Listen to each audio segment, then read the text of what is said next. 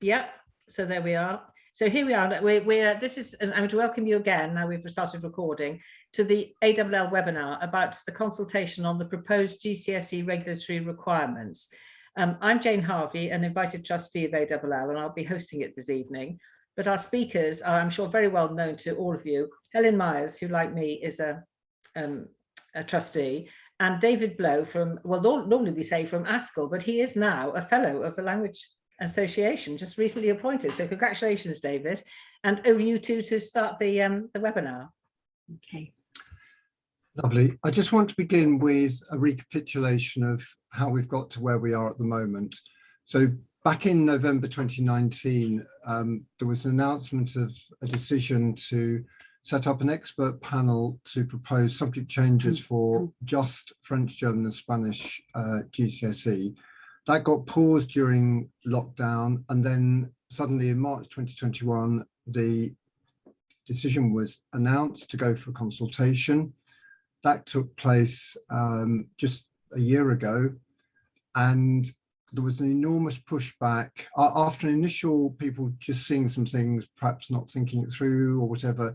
Then through these webinars, we had an enormous pushback, but unfortunately, not enough people actually went on to the consultation itself. Loads of people, 1,000 people signed the all-party parliamentary group against it, but in spite of everybody pushing back, the decision was made, suddenly announced in January, that they were going to go ahead with these changes. That there were some bits out of it that clearly had been in response to the pushback, but that is as it is.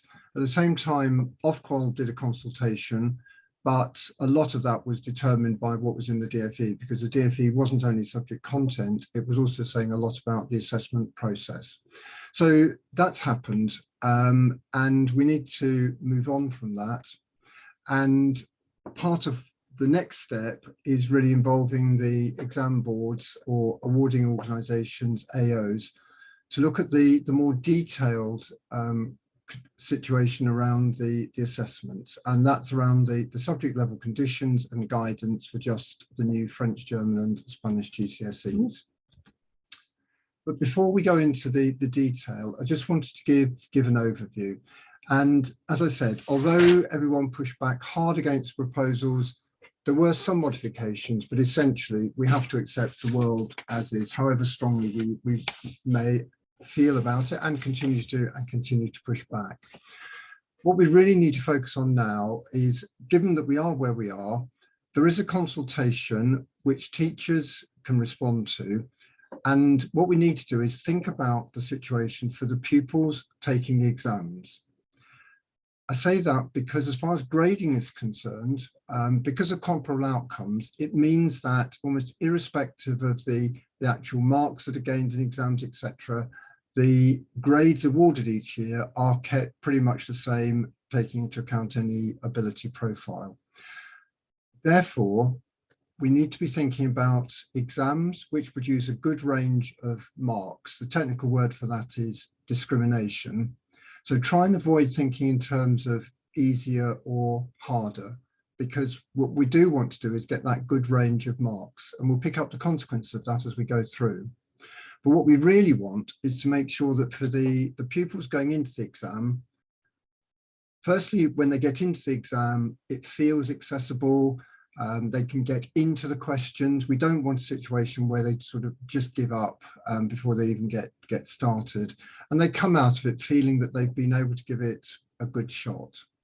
But we also need to recognise that notion of discrimination, the fact that we have to get a good range of marks, you know, the very best pupils will be at the top end, the others will be lower down. We will need to accept that some candidates will not get the correct answers to some questions, but that shouldn't mean that they haven't got a clue as to even how to get started on the question. What we need to try and do is get a range of questions that they can have a go at, even if they don't get them right, because they haven't picked up on some subtlety. That's fine. So as we go through looking at the consultation, there are two key things which I think we can look at. From a pupil experience, how will it feel? Can they get into the task? Will they be able to access it? Will they know what they need to do to have a good go at it? And then the second point, is it a valid or reliable test? You know, some of us may argue that actually the whole new GCSE isn't a very valid test of being able to communicate in a foreign language, but we need to put that to one side. Given the world as it is, are we going to have tests so that the better candidates get the higher marks and avoiding any sense of randomness? So those are the two things that really are still within our control at this stage through the consultation. But before we get into it, I'd also just like to draw your attention to a special edition of the Language Learning Journal. If you're a member of ALL, you get that as part of your subscription. But because of the enormous pushback against the very selective use of research, it's been great that Norbert Pachler and Elspeth Brodie have come together to produce this special edition that people can access for free for the next month. Put a couple of links up there. Some really good researchers have pushed back to say what's in there doesn't match the research. And Helen and I have also contributed an article pulling together the key features of the 2022 subject content, and it's linked to the Ofsted Curriculum Research Review. So do go there and have a look, not just at ours, but at all the articles there, because they'll give you a really good feel for the overview of the situation. And can I just say that this PowerPoint will be made available to you probably tomorrow morning, so that you'll have all of the links that we referred to. And can we just confirm that these changes are only for French, German and Spanish? Even something like Italian, which will be very similar, will be continuing on the old specification, as Helen is about to show you. Okay, so first of all, what documentation do we normally have anyway for the GCSE? At the moment, for the current GCSE, there is a document which is the subject content. So that's a picture of it there. Also, and these are things which perhaps as teachers we're not always as familiar with, and we knew about it at the beginning, we've forgotten about, and I had certainly, was that then you get a document like this, which is called the requirements, the subject level conditions and requirements for MFL. And that's where Ofqual will be telling the examining board, the awarding organisations, these are the rules about interpreting the subject content. And then the other document is called guidance for MFL. It's called guidance, but actually a lot of the things in it, the exam boards will pay attention to and they will follow. So there are these documents, subject content, conditions and requirements, and guidance. So that's what we've got already anyway. David's already gone through the beginning of that timeline. We're now up to the stage where Ofqual, at the same time as the DFE said, yes, we've done the consultation and we've decided to go ahead. So Ofqual said, yes, we've done our consultation on the way in which this is to be tested. And there are certain elements that, you know, the core elements they were decided they were going to keep. But their next stage was to do the subject level conditions and the guidance for us to look at. And that's what we're doing now. So there we had, that's what the subject content that came from the DFE. And this is what Ofqual said. They've decided to implement the proposals that they suggested, but the next stage is to look at the subject level conditions and the requirements and the subject level guidance. So those things that were definitely decided that there's no discussion about now is that there are the revised assessment objectives, setting out the percentages, definitely tiered assessment. They've decided to go ahead with that. So that's not under consultation now. And also the fact that speaking would be assessed through the 25% speaking test as we have now. So those were the three things which were accepted. So the documents that we're going to be looking at today are these. You've got the conditions and requirements. That's a document there, which I'm going to go through. We've also got the subject level guidance as well, and really the consultation itself. So what we're going to go through now is the consultation. And David, you particularly wanted to stress this, didn't you, about the timing? Yeah, the timing, as with last year, is really unhelpful. Remember last year, everyone was struggling with tags, and yet there was a consultation. So that again clearly was a factor as to why not everybody, you know, the 1,000 people who signed the APPG, only 400 wrote into the DFE. So this is your opportunity. It closes a day after Easter Monday. Some people will still be on holiday, but please encourage people to at least reply, because this is a chance, and they do go through every response, and that does get included in the statutory feedback. Okay, so this is the document that you could print out if you want to, but I'm going to go through it now. It's got 21 sides to it, and fast forward really just to the questions. Yeah, so there are 3 questions and they're open-ended. There aren't any yes/no parts to it. So it really is an opportunity for you to put in the comments that you want to do. Perhaps put them as bullet points or whatever, but we'll be going through and highlighting phrases or points that you may wish to put into the free text. So those are the 3 questions which are to do with the conditions and guidance, but there are also 4 more questions. So just as with any consultation, now you'll always get a question about the equality impact of assessment and the regulatory impact of the assessment. So we will be looking at those again. So what we're going to do is to go through the questions in order 1, 2, and 3, and then at the end we'll pick up on the equality and the regulatory aspects. So we put the page reference in the title.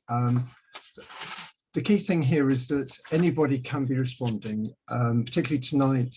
We're focusing on teachers, so it isn't just for the awarding organisations who will actually have to implement these. As teachers, you'll be there. It's your chance to feed into this on behalf of your students to make sure that they get a good exam experience. As I said, it started on Tuesday the 22nd, finishes Tuesday the 19th. That covers 2 weeks of holiday for most people, but it is as it is. Just encourage everyone to reply to the online consultation. Helen's already given the links earlier on, or just Google it. Make sure you go for the subject content consultation that's live at the moment. The beginning of the document just summarises really where things are up to, which is what I did at the beginning of the presentation, and highlighting that there has been a year's delay. So the first teaching won't be until 2024, with first assessments in 2026. So that does mean that we've got current year groups who'll be going through on the current conditions and subject content. So it'd be important in your mind to keep that clear as to which year groups are on current, and then which year groups are the first going through for the new ones. Just the current year 7 will be doing this. Ofqual are then putting their perspective. As Helen said, they've laid out what's already been assessed. Right. And then the consultation is on the conditions, requirements and guidance just in French, German and Spanish. Every other language continues as was. Again, the consultation, this is quite a technical document. The formal aspect is going towards the exam boards, but it's important that teachers can contribute. So do have a glance through those, and it also links to the ongoing requirements for all modern languages, highlighting what actually is continuing in many cases, and then we'll pick up on the bits that are different. So I've highlighted here one of the fundamental changes was the assessment objectives. And this, if I may say, is coming from an ideological approach to move away from the 4 skills of reading, listening, writing and speaking, and now to go for mixed language skill testing. There are all sorts of complexities around that, which we'll unpick, but you'll see throughout there's this ideological move away from skills towards the other strands in the DfE subject components. And that's highlighting the new speaking tasks. They have a different view on inference, but particularly it's all around vocabulary and grammar. And SSC, which stands for, Helen? Sound, spelling, correspondence. Fine. Which isn't as straightforward as you might think when we come further onto it. Yes, so I find it quite interesting just reading their introduction, where they did explain the key factors for changing was the change towards the listening and the change towards your approach to vocabulary, grammar and SSC. So first of all, the proposed subject level conditions. Those are all listed and there's a question on there. And really all of those are formalities reflecting the requirements of any approved subject content. So when we looked through there, that was something where we didn't feel there was any change or anything particularly worthwhile drawing your attention to, in that these things have already been decided. So for example, access to dictionaries, even if you'd like them to do that, the subject content has already been approved and that says they should not have access to dictionaries. Sorry, I'm just reading the chat. Vincent, would you be kind enough to do a Google on Ofqual GCSE MFL conditions? It's the word conditions that gets you to the right consultation rather than the one that they did back in January. And if you could paste the link into the chat, that would be fantastic. Thank you. Okay. Helen, whilst we've stopped, we've got just one question in the chat at this point, which hasn't been answered by someone else, and that is, what is the CEFR level of the current GCSE?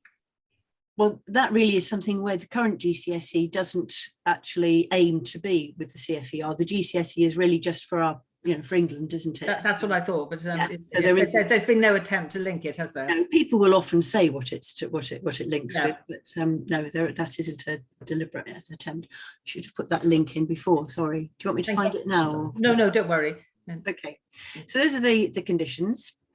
Now, after they've if you look at the document itself about the conditions, the next page is the assessment objectives, and those have just been approved anyway, so we aren't asked any questions about that. However, I hope you don't mind if at this stage I'm just going to pause to remind you what they are, because they do have an impact on some of the other things we're going to discuss later. So we do actually think it's something it's worthwhile making a comment on, but we'll, as I say, we'll talk about that later on. So just to remind you what they are, 3 assessment objectives. The first, when you look at it on the first reading, it is AO1, show understanding of what you hear through speaking and writing. So number 2, AO2 is show understanding of what you read through speaking and writing. And then AO3, show understanding of vocabulary and grammar. And I've written there on the right hand side, note that this wording does not apparently allow for questions or prompts in English, because it's implying, isn't it, that for AO1, for example, you hear something in French, say, and then you say something in French back, or you write something in French back. AO2 implies that you read something, for example, in French, and as a result of your reading in that French, you'll say something in French or you'll write something in French. So that's how I think on first reading, you would see that, and I certainly saw that. So it looks as if it doesn't allow for questions and prompts in English, but we know from the subject content that that is the expectation. It clearly states that comprehension questions should be in English and that speaking tasks should be unambiguous. And by unambiguous, you would expect them, therefore, to have prompts in English.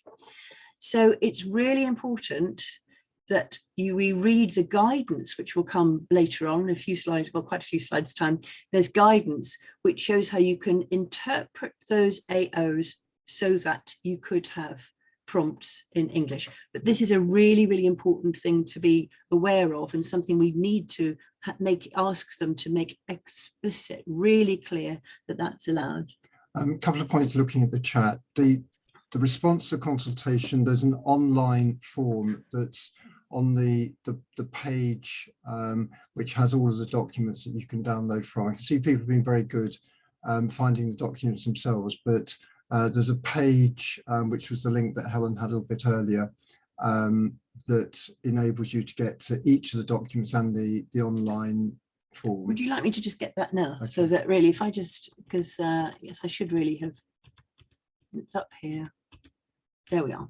That's the one. So I'm just going to end the show. So now you'll see the horrific number of slides that we have. And I will put this into the chat. So if you go there, that's where you'll find. So let's go back to where we were. I can't remember where we were.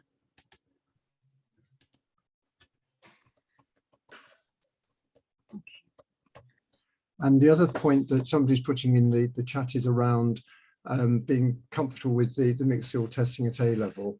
And I think, again, this is one of the issues that it sounds that they're reasonably easy to understand. The problem comes when you actually then marry these up against the particular DfE subject content that's been introduced with the very limited vocabulary and the heavy emphasis on the need to be testing each of the words in the content, and the need to make it accessible across the whole ability range, because obviously A level, you wouldn't be starting A level French unless probably you were at least up to higher standards. So the challenge comes in terms of actually making it to be a fair, valid and reliable assessment right across the whole ability range, and it's the detail which counts, as you'll see when we go through. Okay.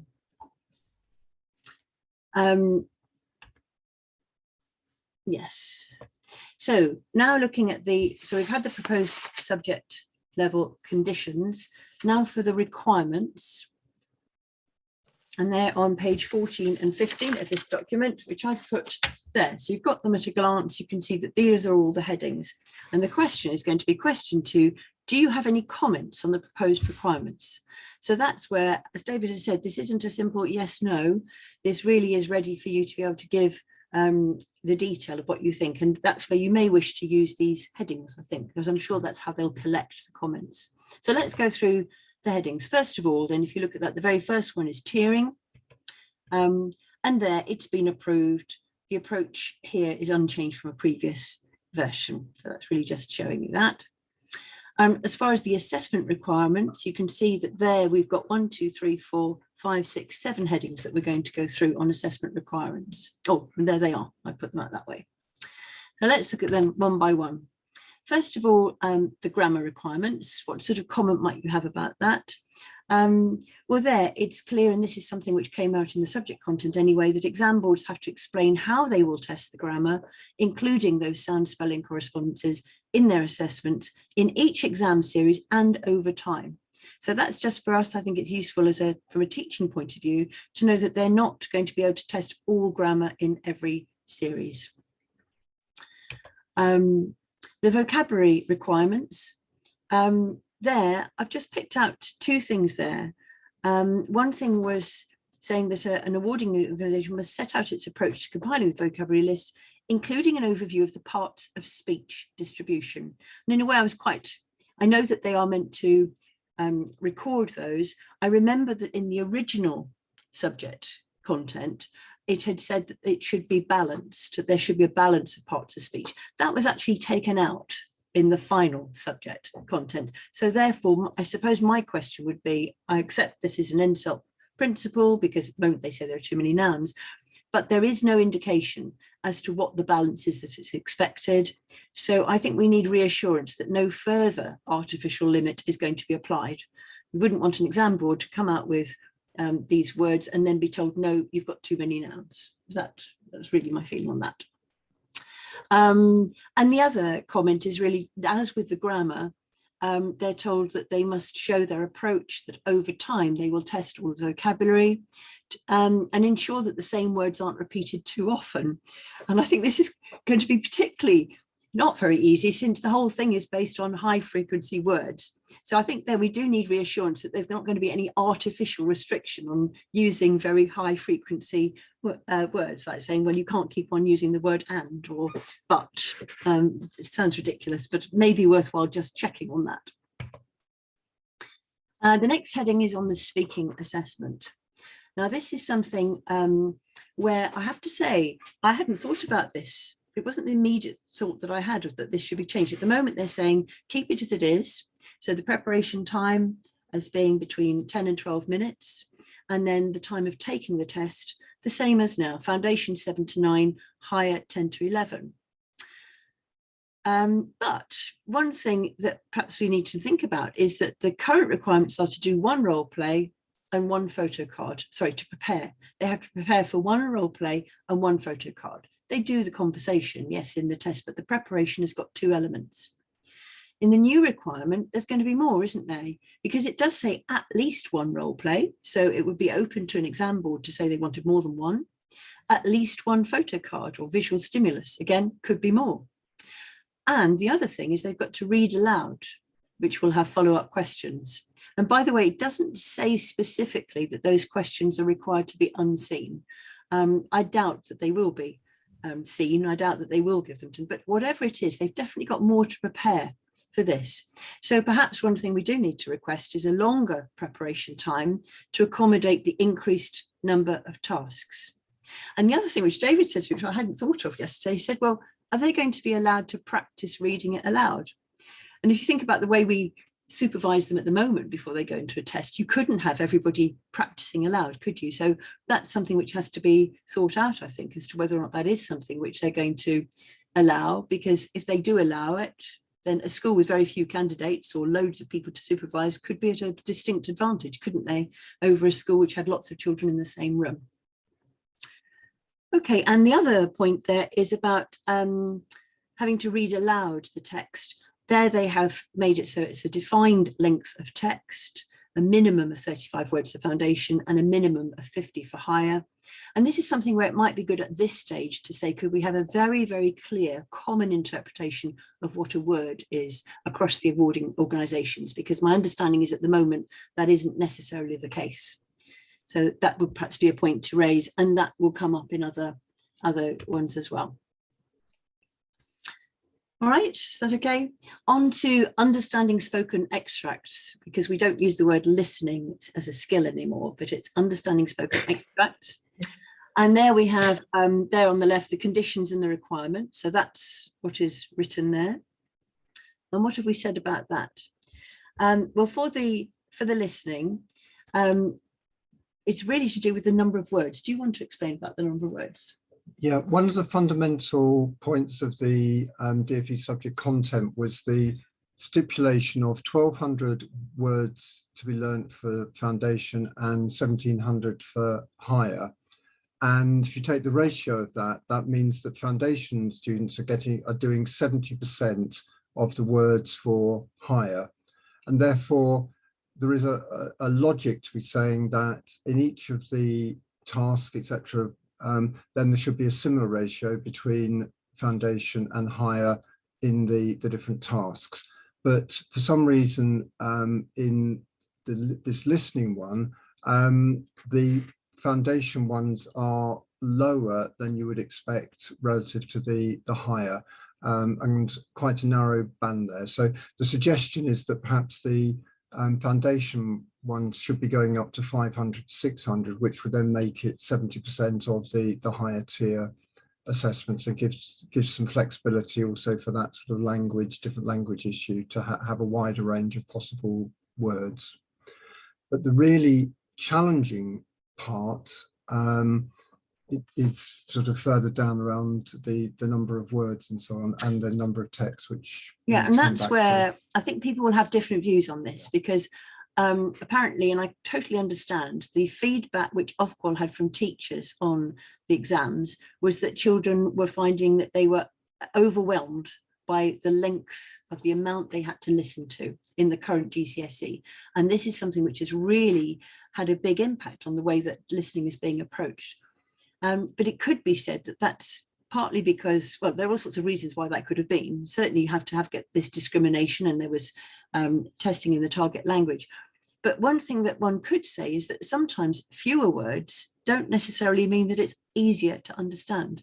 Sometimes by hearing someone repeat the information in a slightly different way, or having a dialogue where one person repeats what the person has said, sometimes that can actually aid understanding, can't it? Giving a bit more context. So there is an argument of just being aware of the fact that the length doesn't necessarily equate to how demanding something is.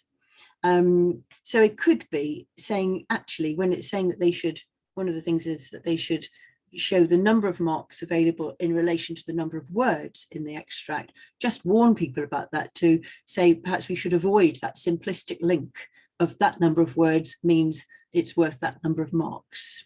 So people may have different views about that. Another thing where there is very welcome is the saying that there should be sufficient reading time before somebody is having to answer these questions. It could be that we also say it's important to having sufficient pause time, having heard something, have a sufficient pause to be able to formulate your answers. So that's equally important. Is that okay? So that's quite a busy slide there, quite a few things on that one. Dictation, it's a new thing. And so there we've been given, again, a minimum of 20 words for foundation, a minimum of 30 for higher. So you may have views on that. But I'm quite interested in particular in the fact that they are asked to set out their approach. This is the awarding organisation, set out its approach to dictation assessments, including reference to the sound symbol, sound symbol correspondence. I said sound spelling, sound symbol correspondence list. But also this, I think, is interesting. Its approach to different languages and the level of accuracy required. Something which a lot of people have said about the dictation is how unfair it could be comparing French with German and Spanish. So I think that would be an interesting thing to see whether or not examining awarding organisations do address that, because that could be a way of addressing our concerns. When I counted up the number of SSC sound symbol correspondences at the end of the subject content, I counted 55 for French, 47 for German, and 34 for Spanish. So that's where that was the numbers of combinations you could have. So there is clearly, we all know there is a difference. So possibly a comment saying that we would like reassurance that the AOs will be supported in adjusting those demands or expectations for French. And also perhaps that question, if this is being tested as AO3, so whether or not you know your sound symbol correspondences, will it be acceptable that spelling is allowed? So for example, in French, se and se, ce or se, or se and se, is that going to be allowed? It may be just a question to say, what sort of guidance would they give an awarding organisation about that? And somebody's put SSC equals GPC. Don't know what GPC stands for, so no, I don't know what GPC okay, is. Sorry. Okay, but if anyone can do that, we can tell us. Okay, was there an answer there? Oh, grapheme phoneme correspondence. All right, okay, we'll call it that then. Okay. Thank you. Next heading then was understanding the written language, or I suppose what we used to call of reading, but we just mustn't have skills, so that's why it's not called reading. Sorry, just before we go on, Vincent's raised a good thing around, is the dictation there to test phonics, not grammar? I think that's a really good question, Vincent, that it's worth playing back to the AOs and Ofqual as to what is the purpose of the dictation. And one could argue that if it's supposed to be a text, then actually it should be testing grammar as well, because otherwise you could just read out some random sounds and get people to write it down. If you think back to what's happening to phonics in Key Stage 1 and 2, you know, that there was the idea that you give them made up words and see if they can spell them using the phonics. So I think that's a really important point you've raised there, Vincent. Okay, so and by the way, all of this, because my eyesight doesn't mean that I can't read that, but as Jane said right at the beginning, we're going to be looking at it, and I'll be putting that together so everybody will have a copy of that. So back to our reading. So here, as with the listening, rather than saying that something should be of a certain length of time, the paper, they're saying the number of words it should be.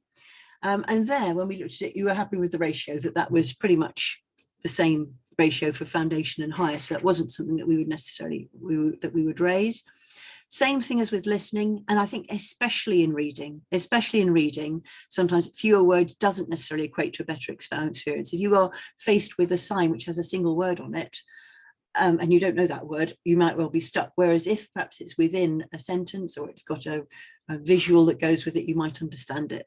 So again, that can be helpful. David's laughed. Yeah, I've just done some sums and just trying to work out this poor issue of the maximum number of 7 texts and the maximum number of words in any single text of 100 means that they're all going to be close to 100 words long. There's no opportunity to have much shorter text, because then you run out of the number of words that you can be using up. So I think that's really important to be saying that's an unhelpful maximum on the number of texts. It's probably a helpful maximum number of words in a single text, but we know that particularly for foundation candidates, just tested on just a few words is something to get them started and showing what they can do before getting distracted or just giving up because there's too many words. I feel really strongly about this one, actually. Yes, that you know, what's the purpose of saying there's a maximum number of texts? I think you know, children are not necessarily overwhelmed by the number of texts. They are overwhelmed by a long, solid, dense text. So I think that's ever so important, particularly since we are doing the whole range of 1 to 9. So that's where I would say remove that limit on the number of texts. And then the same thing as we've had elsewhere, being ensuring a common interpretation of what a word is. And also something, I suppose, that different languages typically have a different length, because it takes 3 words in French to say there is. Whereas in Spanish, how many is it, Vincent? Possibly 1, I think. So on to translation then. Yes, 1, thank you very much, Rosemary. Very good. Translation then. So this is something which is, as we've been familiar with this, and the same number of words are being proposed. But here, the thing which came up in the subject content, if you remember, was particularly saying, I suppose, implying that we shouldn't be expecting absolutely word for word translation, that there should be an appropriate and sufficient rendering of meaning. And I think that's something where it will be interesting to see what the awarding organisations say. But my own feeling is it would be useful for Ofqual from the outset to say what they see as being acceptable. This, we know, is often the task which is used to really discriminate those who are right at the top. So if, for example, you want to test pronouns, in French, for example, they can be very fussy about this and say, we definitely want, if I'm saying I go there every weekend, you've got to use that pronoun I. But we know that actually, if you're translating from French into English, it can sound quite, well, it isn't always necessary to use that pronoun. You've still got the same sense, the same meaning. And I know that when I'm teaching A level, I'm having to almost say, forget what we said at GCSE, where I said translate every single word to show them. But anyway, it's definitely a question to raise, isn't it? And I think it would be worthwhile having an example from Ofqual on that. I don't know if that's reasonable. Definitely, because even at A level, you're supposed to sort of indicate that you can understand where the language is going from, rather than getting into something that reads as well as it can in English. So the more examples that you can have for that, the better. Okay. So that was all. We've done the conditions, and we've done the requirements. So now we're on to this next document, which is called the guidance. That's right, which I hope to be able to just stand. Yes, there it is, the guidance. And on this one, on the consultation, I'm repeating the fact that they don't ask you to comment on this, on the assessment objectives. It's just the subject level guidance. So we do suggest that it's at this point that you also bring in assessment objectives. Yeah. Well, you can't comment on the assessment objectives themselves because those have been already approved. But it's the interpretation that I think is definitely worth commenting on. But there isn't an explicit place in the response where you can do that. So our suggestion is that, given that the word guidance is there, that within the subject level guidance, if you have any comments on the guidance on the assessment objectives, that's a good place to make it, as you'll see when we go through.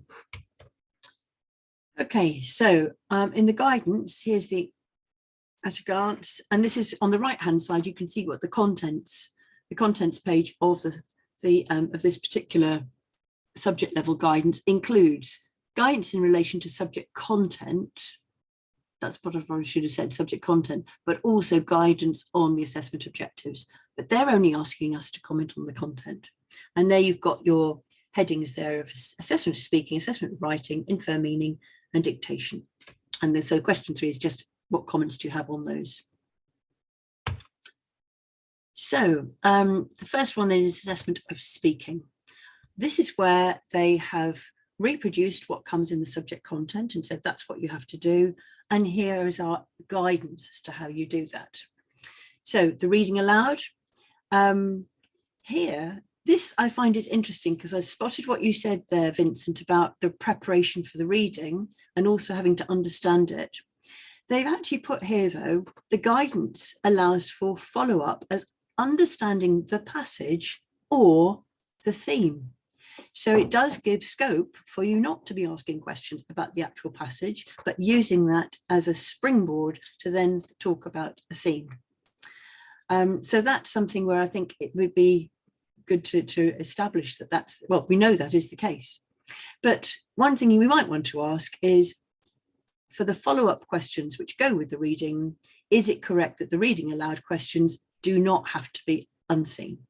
Because later on, when we look at the visual stimulus question, it particularly says that those questions must be unseen. It doesn't say for the reading aloud that it has to be unseen. I'm pretty sure it's going to be unseen, but at least we'll ask that question to be sure. As far as the role plays there, so they've got to do a role play, including asking and answering questions, simulating context, where instructions about what to say are unambiguous. So that's what they're told. But in order to be unambiguous, you would expect that the instructions and prompts must be in English. And this format doesn't fit into any of the AOs. We've talked about the AOs, and there isn't an AO which says specifically that in response to an instruction in English, you can say something. So there, I think we really want them to be absolutely upfront. It needs to be explicit that role play prompts are either in English or in the assessed language and translated into English.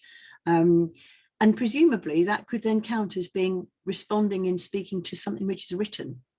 So not what we really expect. You'd expect with the AOs that you're responding and speaking to something that's written in the assessed language, but it looks as if this would be a way around it to say, can they respond in the assessed language to something which is written in English?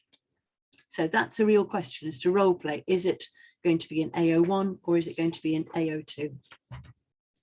And can it be in AO1 or AO2? Okay, it took me ever so long to get my head around this. I'm not sure I'm really explaining it properly, but anyway. And then thirdly, there's the visual stimuli. I suppose that's a bit like our photo card question we expect. And again, this format doesn't match any of the AOs because you are speaking in response to, should be speaking in response to something that's spoken or written. Well, here you're speaking in response to something which is drawn or photographed. So strictly speaking, it doesn't really fit in with there. So we need to, again, like the role play, we need it to be explicit that a visual stimulus counts as written and that the task can satisfy AO1 and AO2. Right.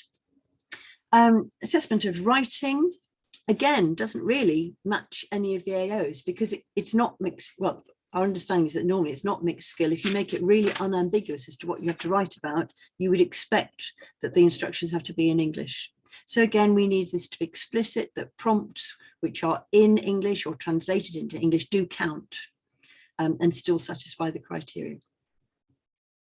So the other thing perhaps to be sure about is if an exam board or if somebody decides to have reading in the assessed language as the prompt for the writing, we're just warning that that actually can lead to double penalty, because if you didn't understand the bit that you read in the assessed language, then you wouldn't be able to demonstrate what you can do in writing, or you might go down the wrong path and get no marks for your ability in writing. So we need to ensure that the tasks are presented in an unambiguous way so that the candidates are not at risk at this double penalty. Okay. Infer meaning, that's something which has been really, I suppose, defined. The word inference has always been around, but in the past, well, the inference, that what people inferred from it was that it meant you had to, from various bits of information, infer someone's attitude, opinion, approach, whereas now it's got a grammatical, a lexical meaning. So just note that it has changed from the current specification, that from a word you're meant to work out what a plausible meaning of another word would be from what you know from your grammar and your vocabulary. Dictation. Yeah, this is interesting on the guidance. It says so they're under what they have to do is undertake dictation of short spoken extracts. It says an extract to be used in the dictation assessment may be adapted from a spoken extract that learners have already heard. And I've been thinking about this and I don't quite understand why that's being put in. So I think I might just ask the question in the consultation as to why is that being put in? Has perhaps someone got in mind as to what sort of task that lends itself to? It has to obviously been adapted from what they've heard, because in the dictation a requirement is that there must be some language which is not in the list. So if they've heard something already, that should have all been in the vocabulary that's in the list. The dictation has to have something which is outside the list, hence why it has to be adapted. Okay, so that, I think we come to the end of the ones they're asking us to comment on before question 5 to 7. I know. Somebody said, is there a defined list of vocabulary? What words will they be inferring the meaning of? There is, the examples are required to produce a vocabulary list, and that was the massive contention, that it had to be 85% of the top 2,000, and then going on to that as to what words they'd be inferring. Yeah, but definitely, I'm not going to be able to put my hand on it immediately, but in this is the subject content now. It's quite a big document, and within that it does give guidance as to how you should be able to infer meanings from some particular core words. So I'm sorry I can't do it immediately, but okay. Yeah.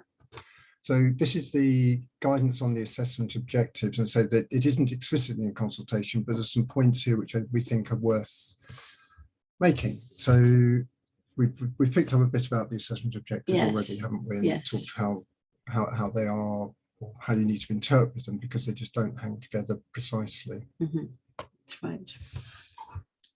Okay, so this is as it appears in the document, that they've reprinted the assessment objectives, but they are also aiming to interpret those, which will help the awarding organisation. So it's really worthwhile looking at how they're interpreted, and that will be used then when the exam boards put together their sample assessments. They will have been expected to have regard to this guidance. So that's called guidance. They have to show that they've had looked at it, and presumably that they're ready to justify if they haven't followed the guidance. That's what I'm assuming.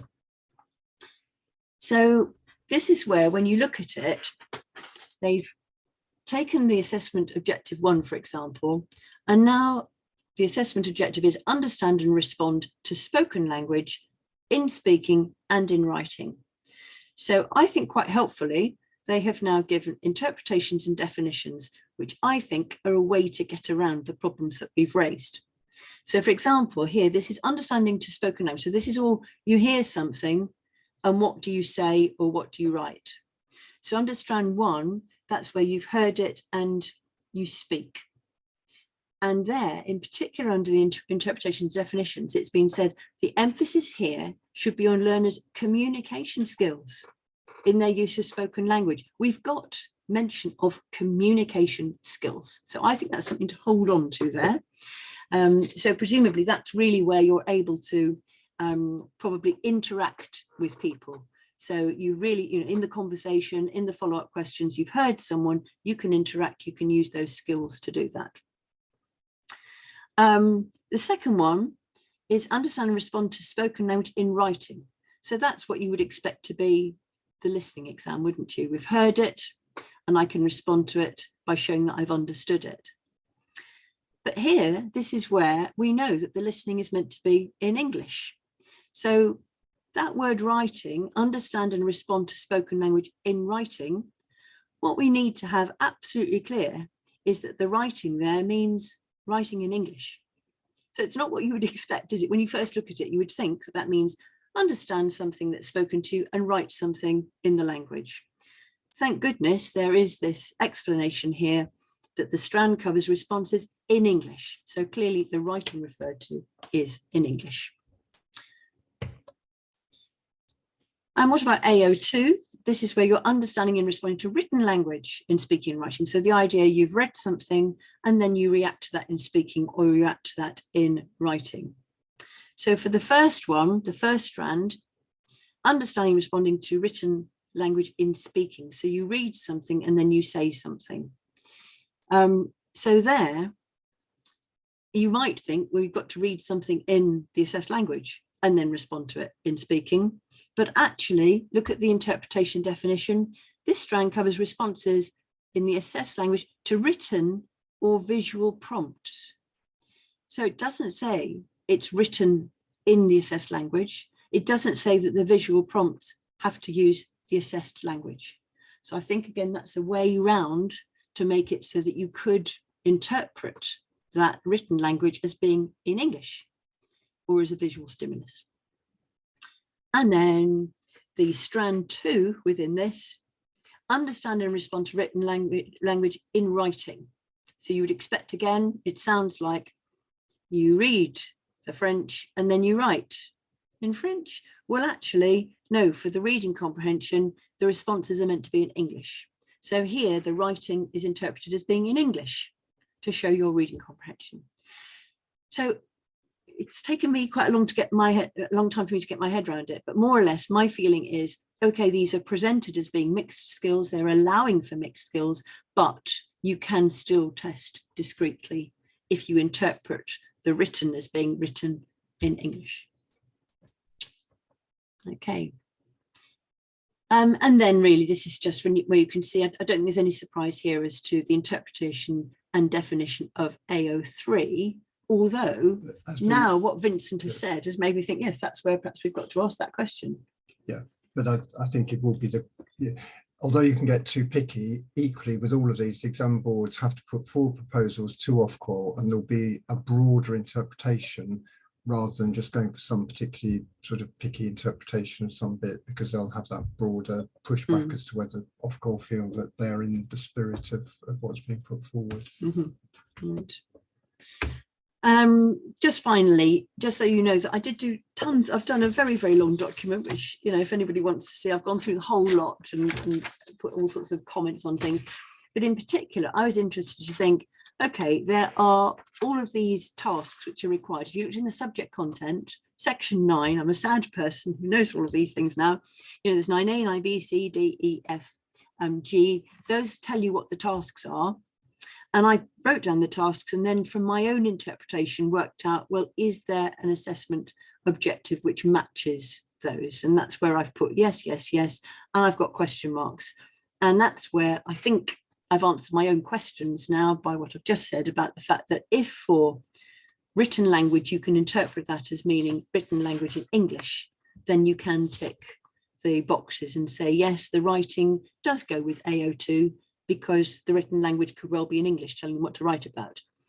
Translating into English could go into AO2 because you're, oh, actually, I think I got that wrong. Translation to French, I think that should have been. Yes, I think it should have been into the assessed language, sorry, because if you've got translation into French, you'd expect the trigger to be in English, wouldn't you? So I must change that. And then the role play, yes, we hope that the written language is in English. And for the visual stimulus, we assume that that is acceptable. And can I pick up on some of the comments going into the chat? Someone asking what's the purpose of the new AO system? It really is to go right back to the DfE subject content and this drive to go for testing, grammar, vocab and phonics, and to allow for things like dictation, which just don't fit into things otherwise. So it's all driven by that sort of ideology of moving away from communication to vocabulary, grammar and yeah, just seeing what Vincent has written. And then finally, this is a little bit frustrating because we did make these points back in the DfE subject content. Firstly, on the equality, that the vocabulary list is very biased and discriminatory, very Eurocentric. French and Christian appear in the allowed words, Muslim and African don't. But the problem is that that was specified by the DfE, which has now been accepted.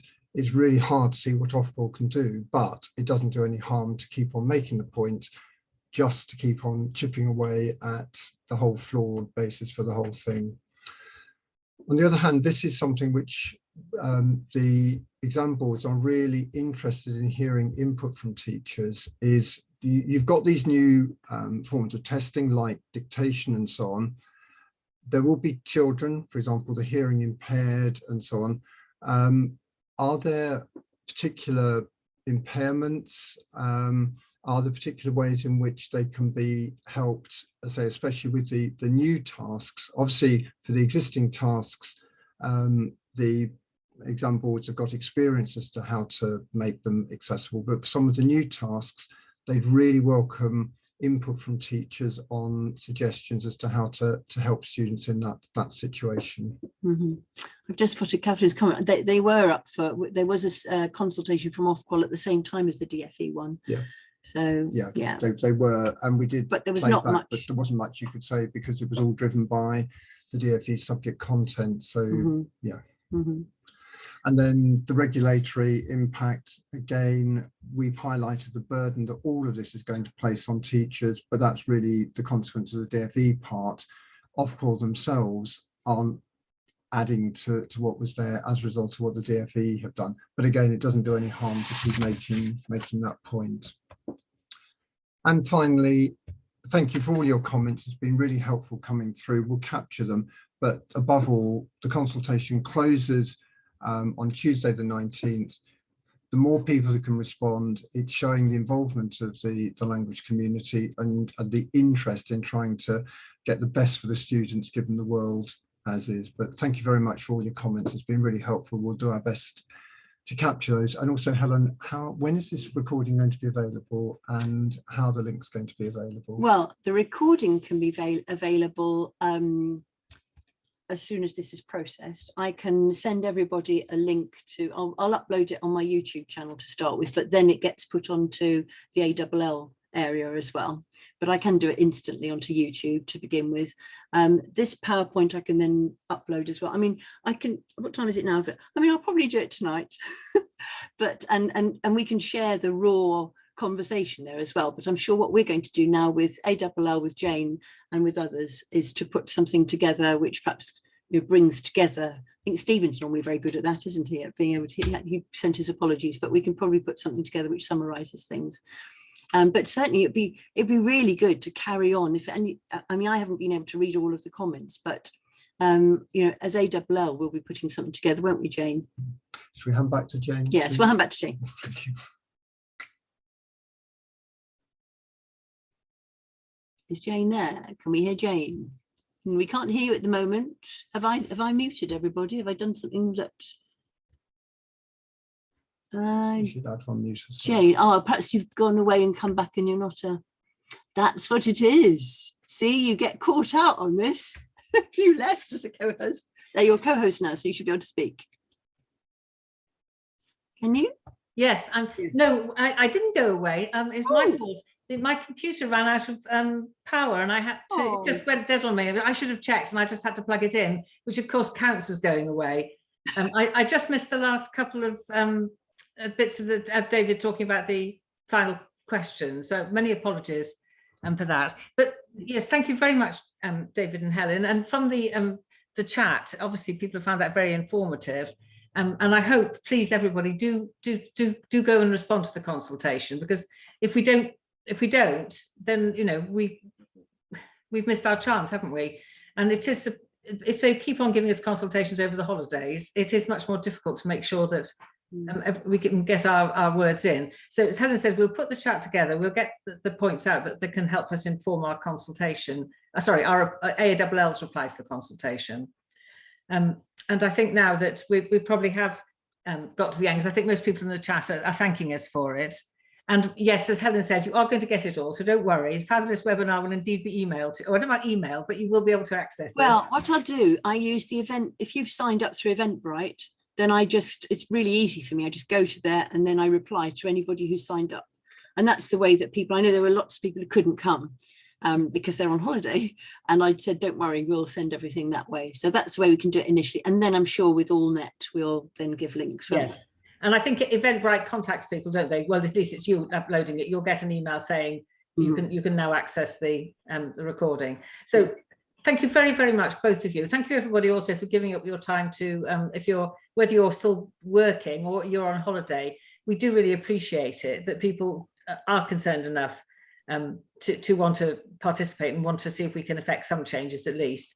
So thank you. And if you're on holiday, go off and enjoy yourselves. And if not, look forward to the weekend and have a great break. And I'm sure we'll be back with more webinars when, well, I suppose it'll be May, won't it really now, when everyone's back in work again. So thanks very much and good night. Okay then, Good night, thank you. everyone. Lovely to see you, Janine, there. Look. How are you? I've made it so that people can unmute themselves now if they wish to. So Janine, you might wish to.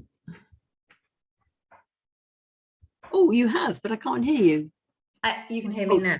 I can now, yes. Yeah. It's been very nice to see your smiling face there in the corner, very serious. I don't think I was smiling much while Yeah, I you was were smiling. concentrating very hard on listening to everything you said, but thank you very much indeed. It was a lot of good stuff, and you obviously know a huge amount already.